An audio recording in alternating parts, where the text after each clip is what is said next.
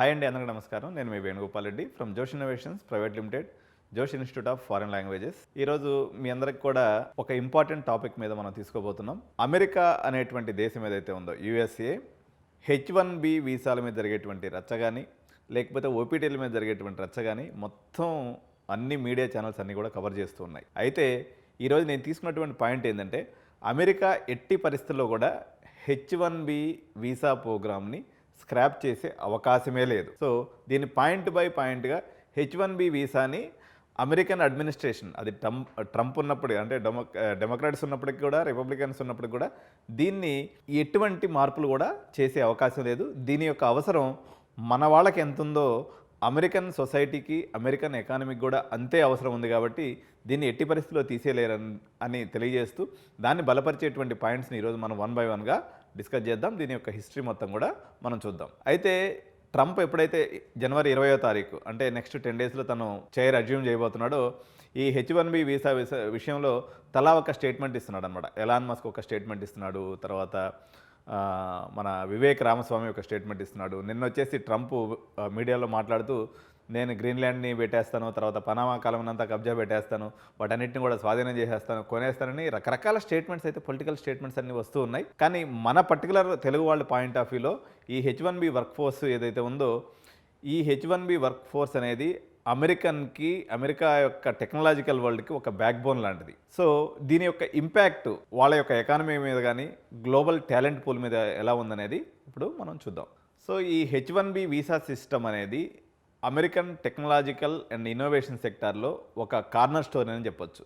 ఎగ్జాక్ట్గా అసలు H1B అంటే ఏంటి, ఇది ఈ డిబేట్లో ఇప్పుడు ఎందుకు ప్రధానంగా వినిపిస్తుంది అనేది కానీ మనం చూసినప్పుడు, ఒక H1B వీసా ఏంటనేది మనం మొట్టమొదటిసారిగా చూద్దాం. ఈ H1B అనేది ఒక temporary non immigrant work visa అండి. యుఎస్ కంపెనీలు ఎవరైతే ఉన్నాయో వాళ్ళు స్కిల్డ్ వర్కర్స్ని ఇతర దేశాల నుంచి హైర్ చేసుకునేదానికి స్పెషలైజ్డ్ రోల్స్ ఏదైతే పర్టికులర్గా స్టెమ్ ఫీల్డ్స్ ఏదైతే ఉన్నాయో, స్టెమ్ అంటే science, technology, engineering and mathematics, ఈ ఫీల్డ్స్ నుంచి ఒక టాలెంటెడ్ పూల్ని అమెరికన్ కంపెనీస్ని రిక్రూట్ చేసుకునే దానికోసం, ఒక టెంపరీగా నాన్ ఇమిగ్రెంట్ వర్కర్గా తీసుకునే దానికోసం ఈ యొక్క H1B వీసా యొక్క డెఫినేషన్ అనమాట ఇది. సో ఇది 1990లో యుఎస్ కాంగ్రెస్లో ప్రవేశపెట్టబడి ఈ స్కిల్ గ్యాప్స్ ఏదైతే ఉన్నాయో, ఇప్పుడు ఉదాహరణకి మన ఇండియన్స్ తీసుకున్నప్పుడు జనరల్గా మనం మ్యాథమెటిక్స్ పరంగా స్ట్రాంగ్ ఉంటాం. అమెరికన్స్ తీసుకున్నప్పుడు వాళ్ళు మార్కెటింగ్ పరంగా స్ట్రాంగ్ ఉంటారు, కానీ మ్యాథమెటికల్ స్కిల్స్ వాళ్ళకి ఎక్కువ ఉండవు అనమాట. ఈ స్కిల్ గ్యాప్స్ ఏదైతే ఉన్నాయో, ఈ స్కిల్ గ్యాప్స్ని నింపి అమెరికన్ కంపెనీస్ గ్లోబల్ లెవెల్లో కాంపిటీషన్ ఇవ్వడానికి అవసరమైనటువంటి ఎక్స్పర్టైజ్ని వీళ్ళు ఈ H1B వీసాల విషయంలో వాళ్ళు ఆ రకంగా వాడుకునేవాళ్ళు అనమాట. సో H1B వీసా అనేది జనరల్గా దీని యొక్క వ్యాలిడిటీ వచ్చేసి 3 సంవత్సరాలు ఉంటుందండి. మ్యాక్సిమము దీన్ని ఎక్స్టెన్షన్ చేసుకుంటూ కూడా పోవచ్చు, 6 సంవత్సరాల వరకు కూడా దీన్ని ఎక్స్టెండ్ చేయొచ్చు. సో ఇప్పుడు వచ్చినటువంటి కాంట్రవర్సీ ఏంది అనేది ఇప్పుడు మనం చూసినప్పుడు, దీని యొక్క బెనిఫిట్స్ ఈ రకంగా ఉన్నప్పుడు ఏది చెప్పామో, మన వాళ్ళ గ్లోబల్ ఎకానమీకి ఇదంతా కూడా మనం హెల్ప్ చేస్తున్నాం, వాళ్ళ యొక్క టాలెంట్ పూల్ ఏదైతే ఉందో, స్కిల్ గ్యాప్ ఏదైతే మనం నింపుతున్నప్పటికీ దీని మీద కాంట్రవర్సీ రావడానికి కారణం ఏంటంటే, దీన్ని మాగా మూమెంట్ అని మనం ఇంతకుముందు కూడా డిస్కస్ చేసాం. So make America great again అనేటువంటి మూమెంట్ ఏదైతే ఉందో, వీళ్ళ వర్కర్సు, ట్రంప్ వర్కర్సు, వైట్స్, రేసిస్టులు వీళ్ళందరూ కూడా ఏమంటారంటే, మా యొక్క ఉద్యోగాల్ని వీళ్ళు లాగేసుకుంటున్నారు. అదేవిధంగా ఒక ఇండియన్ వచ్చేసి దగ్గర అక్కడ $60,000 పనిచేస్తామని పోయింది అనుకో. సో అంతే అప్పుడు ఏమవుతుందంటే బార్గెనింగ్ కెపాసిటీ ఎక్కువ ఉంటుంది అనమాట. నెంబర్ ఆఫ్ వర్కర్స్ పూల్ ఎక్కువ ఉన్నప్పుడు ఏమవుతుందంటే డిప్రెస్డ్ వేజెస్, అంటే తక్కువ జీతానికి పనిచేయమని చెప్పేసి అమెరికన్ వర్కర్స్ని అడుగుతున్నారు. దీనివల్ల మా ఉపాధి పోతుంది, మేము తక్కువ జీతాలకు చేయాల్సి వస్తుందని చెప్పేసి అమెరికన్స్ యొక్క వాదన. సో దీన్ని సపోర్ట్ చేసే వాళ్ళు ఏమంటారు, ఇన్నోవేషన్ చేయాలన్నా కానీ, అమెరికాలో టెక్నాలజీ బాగా డెవలప్ అవ్వాలన్నా కానీ ఈ వర్కర్స్ని తీసుకోవాలని చెప్పేసి మరోవైపు ఉన్నటువంటి వాళ్ళు చెప్తూ ఉంటారు. జనరల్గా మనకు తీసుకున్నప్పుడు రిపబ్లికన్స్ ఎప్పుడు కూడా H1B వీసాల విషయంలో అగెనెస్ట్గా ఉంటారు. అదేవిధంగా డెమోక్రటిక్ ఎవరైతే ప్రజెంట్ గవర్నమెంట్ ఉందో వాళ్ళు ప్రో వీసా అనమాట, ప్రో H1B వీసాకి అనుకూలంగా ఉంటూ ఉంటారనమాట. సో దీనివల్ల ప్రోస్, కాన్స్ అనేది మనం ఒకసారి చూసినప్పుడు కొన్ని ఫ్యాక్ట్స్ మనం తెలుసుకోవాల్సి ఉంటుందండి. ఒక H1B వీసా హోల్డరు అమెరికాలో కానీ వెళ్ళి ఉద్యోగం చేసినప్పుడు, తను అక్కడ ఉద్యోగం చేయటం ద్వారా మరో 1.83 అంటే రమారమిగా వీడు ఉద్యోగం చేస్తూ మరో 2 అమెరికన్ వర్కర్స్ కూడా ఉద్యోగాలు ఇవ్వగలిగే పరిస్థితి వస్తుందన్నమాట. ఎందుకంటే వీడు అక్కడ ఎకానమీని బూస్ట్ చేయడం ద్వారా వీడి వల్ల జరిగేటువంటి ఎంప్లాయ్మెంట్ జనరేషన్ ఏదైతే ఉందో, ఒక్క ఉద్యోగం కానీ H1B వీసా హోల్డర్ అక్కడ పోయి ఉద్యోగం చేసినట్లయితే 1.83 అంటే రఫ్లీ ఇంక 2 మందికి అమెరికన్ వర్కర్స్కి ఉద్యోగాలు వస్తున్నాయి. ఇది స్టాటిస్టిక్స్ ఏదైతే ఉందో అక్కడ చెప్పేటువంటి లెక్కలు చెప్తూ ఉన్నాయన్నమాట.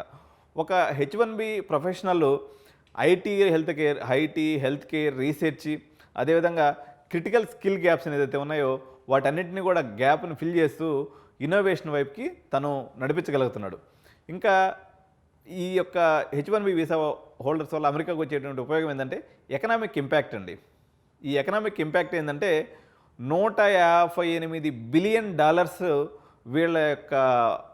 వీళ్ళ H1B వీసా హోల్డర్స్ వల్ల అక్కడ జీడిపి ఏదైతే ఉందో గ్రాస్ డొమెస్టిక్ ప్రొడక్షన్కి యాడ్ అవుతుంది అనమాట. ఇంత అమౌంట్ వాళ్ళకి యాడ్ అవుతుంది అనమాట. అదేవిధంగా వీళ్ళు 2050కి వచ్చేసరికి 1.3 మిలియన్ న్యూ జాబ్స్ని వీళ్ళు క్రియేట్ చేయగలిగేటువంటి పరిస్థితిలో ఉంటుంది. ఎందుకంటే మన దగ్గర నుంచి వెళ్ళినటువంటి అనేక మంది అక్కడ స్టార్టప్స్ పెట్టి అమెరికన్స్కి ఉద్యోగాలు ఇచ్చేటువంటి పరిస్థితి అక్కడ ఉందన్నమాట.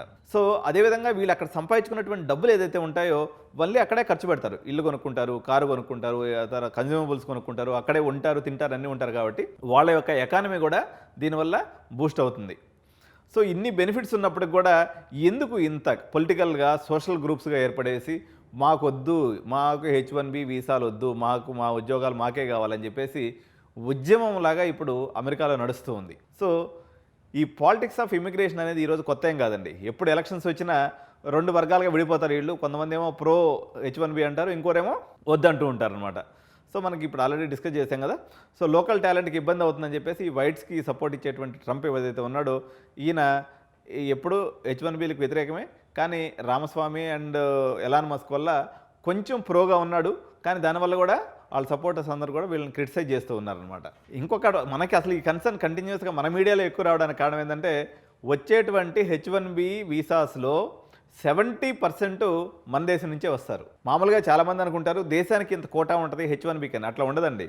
మామూలుగా మొత్తం 85,000 H1B వీసాలు సంవత్సరానికి ఇష్యూ చేసినట్లయితే ఇందులో 60,000 వచ్చేసి ఏ దేశం వాళ్ళైనా వేసుకోవచ్చు, ఎవరైనా కూడా అప్లై చేసుకోవచ్చు అనమాట. ఎక్కువ మంది టెక్నికల్ స్టెమ్ చదివిన వాళ్ళు మన దగ్గరే ఉంటారు కాబట్టి మన వాళ్ళకే ఎక్కువ మందికి వీసాలు వస్తున్నాయి. ఇంకొక 20,000 ఏదైతే ఉన్నాయో అక్కడ ఎవరైతే MS అవుతారో ఆ 20,000 మంది కోసం సపరేట్గా ఎత్తి పెడతారు. రిమైనింగ్ 60,000 భారతదేశం వాళ్ళకే ఎక్కువ వీసాలు వస్తున్నాయి కూడా, దాని తర్వాత చైనా వాళ్ళకి వస్తున్నాయి. సో ఇది వాళ్ళకి వచ్చినటువంటి బాధ ఇప్పుడు. సో దీనివల్ల ఇంకో ప్రాబ్లం అవుతుందండి. ఇంకొక విషయం గమనించాల్సింది, దీనివల్ల మనకు జరిగే డ్యామేజ్ కూడా ఏముంటుందంటే ఇప్పుడు గ్రీన్ కార్డ్ అని ఒకటి ఉంటుంది. గ్రీన్ కార్డ్ అంటే ఏంది, అక్కడ పర్మనెంట్గా ఉండడానికి, పర్మనెంట్గా జాబ్ చేసుకునేదానికి అవకాశం. కానీ దీంట్లో కోటా ఉంది. ఈచ్ కంట్రీకి 7% ఉంటుంది అనమాట కోటా. ఈ కోటా వల్ల ఏమవుద్దంటే ఇప్పుడున్నటువంటి రష్ ప్రకారం చూసుకున్నట్లయితే మన ఇండియన్స్కి గ్రీన్ కార్డు రావాలి అంటే ఒక ఇండివిజువల్కి 50 నుంచి 100 ఏళ్ళు టైం పడుతుంది అనమాట. అదే చిన్న దేశాల వాళ్ళకి అనుకోండి అప్లై చేసుకున్నాక 5-6 ఏళ్ళకల్లా వచ్చేస్తుంది. ఇండియన్ పాస్పోర్ట్ హోల్డర్ అయి ఉండి అమెరికాలో గ్రీన్ కార్డ్ తీసుకోవాలంటే ఇప్పుడున్నటువంటి క్యూ లైన్ ప్రకారం, ఇప్పుడున్నటువంటి పద్ధతి ప్రకారం తీసుకున్నట్లయితే 50 ఇయర్స్ నుంచి 100 ఇయర్స్ పట్టే పరిస్థితి అనమాట. ఇది మనకు జరిగేటువంటి డ్యామేజ్. అదేవిధంగా H1B విషయాలు వేయడం మాత్రం కంట్రీ వైజ్గా క్యాప్ అయితే ఏమి లేదు. సో ఇప్పుడు మనకు జరిగేటువంటి నష్టం ఏంటి? ఇప్పుడు ఒకవేళ ఏదైనా రెస్ట్రిక్షన్స్ పెడితే భారతదేశం ఇప్పుడు సాఫ్ట్వేర్ పరంగా కూడా చాలా హబ్స్ వచ్చేసినాయి. ఇక్కడ బెంగళూరు, హైదరాబాద్, పూణే, అదేవిధంగా గురుగ్రామ్, నోయిడా, ఈ అన్ని సెక్టార్స్లో కూడా మనకు కూడా సాఫ్ట్వేర్ కంపెనీస్ చాలా డెవలప్ అయినాయి. మన ప్రొఫెషనల్స్ని మనం కూడా తీసుకునేటువంటి పరిస్థితి ఉంది. కానీ అమెరికా అయితే దీనివల్ల చాలా నష్టపోతుంది. అమెరికన్స్ ఎప్పుడు కూడా బిజినెస్ మైండ్తో ఉంటారు. ఎన్ని వేషాలు వేసినప్పుడు కూడా లాస్ట్కి మన వాళ్ళని తీసుకోకుండా తప్పించుకునేటువంటి మార్గం లేదు. అలా జరిగితే వాళ్ళు ఆల్రెడీ ఇప్పుడు 2 విషయాలండి. ఈ గ్లోబల్ కాంపిటీషన్లో 2 ప్లేయర్స్, ఒకడు అమెరికా అయితే 2 చైనా వాడు. సాఫ్ట్వేర్ బలవంతా అమెరికాది అయితే హార్డ్వేర్ బలవంతా చైనా వాడిది. ఈ సాఫ్ట్వేర్ అమెరికా బలానికి కారణం ఎవరంటే మన ఇండియన్సే వెనుక.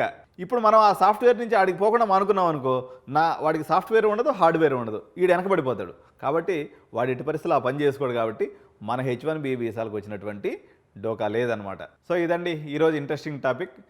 ఇలాంటి మరిన్ని H1B విశేషాలు, అదేవిధంగా ఓపీటీకి సంబంధించినటువంటి విశేషాలు, యూఎస్కి సంబంధించినటువంటి అప్డేట్స్ అన్నిటి కూడా 89 కెరియర్ గైడెన్స్లో విద్యార్థుల పర్స్పెక్టివ్లో ఇవ్వడం అనేది జరుగుతుంది. కాబట్టి ఇలాంటి మంచి వీడియోలు మీరు చూడాలనుకున్నట్లయితే మీరు తప్పనిసరిగా ఛానల్ని సబ్స్క్రైబ్ చేసుకోవాలి. అదేవిధంగా మీ ఫ్రెండ్స్కి, స్నేహితులకి, మీ గ్రూప్స్లో కానీ షేర్ చేసినట్లయితే ఈ ఇన్ఫర్మేషన్ వాళ్ళకు కూడా చాలా ఉపయోగపడుతుంది. కాబట్టి వీడియోని తప్పకుండా లైక్ చేయండి, షేర్ చేయండి. మీ అభిప్రాయాలని ఈ వీడియో మీద కామెంట్స్ రూపంలో తెలియజేయండి. Thank you so much. జై హింద్, జై భారత్.